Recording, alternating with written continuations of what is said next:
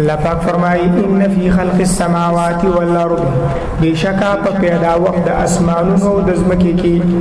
واختلاف الليل والنهار او پتلو راتلو د شپې او د ورځې کې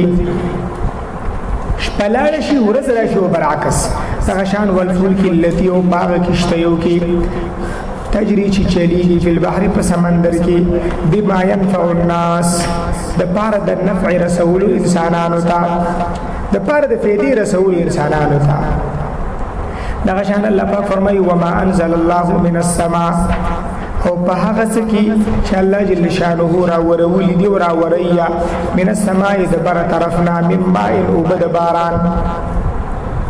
او چوبه د باران دا وری نو فاحیا به الارض پس الله پاک را تازه کوي په دې سر زمکا بعد موتها رسد وچوالی دا غینا به مراد معنا وبث فيها من كل دابه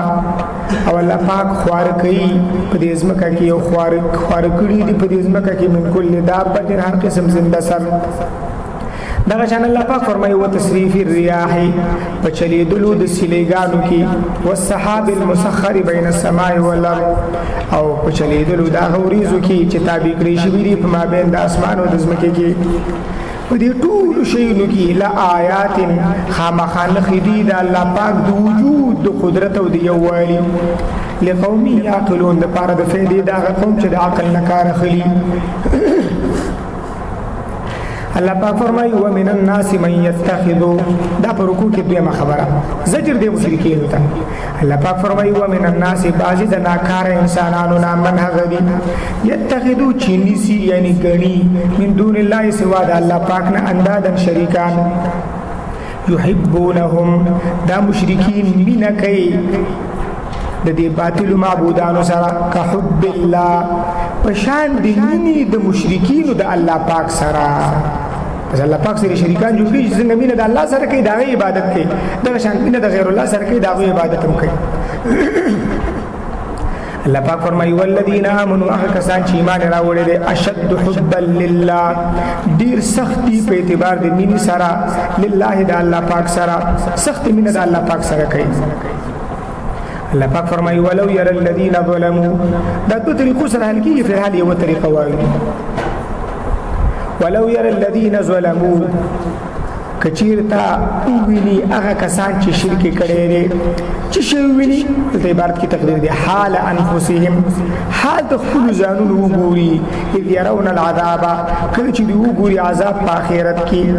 د عبارت کی تقدیر دي لا علموا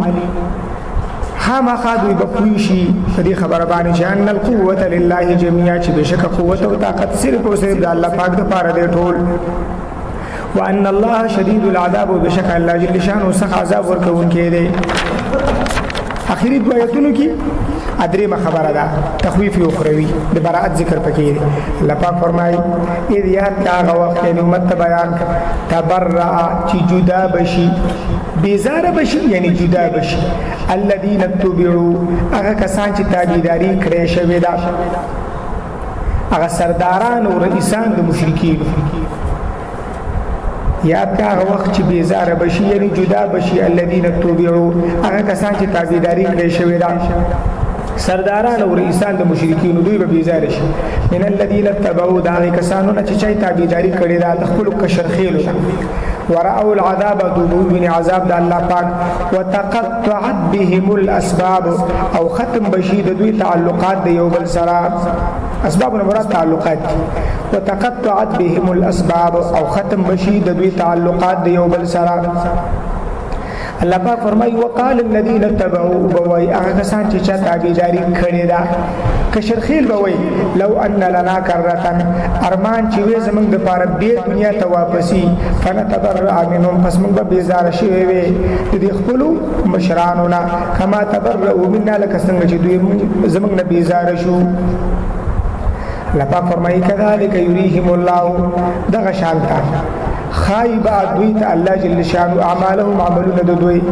په داسې حال کې حسرات علیهم چې دوی افسوس کوونکي پر خپل عملونو باندې وما هم بخارجین من النار الله پاک فرمایي نو دوی وتونکي د اور د جهنم نه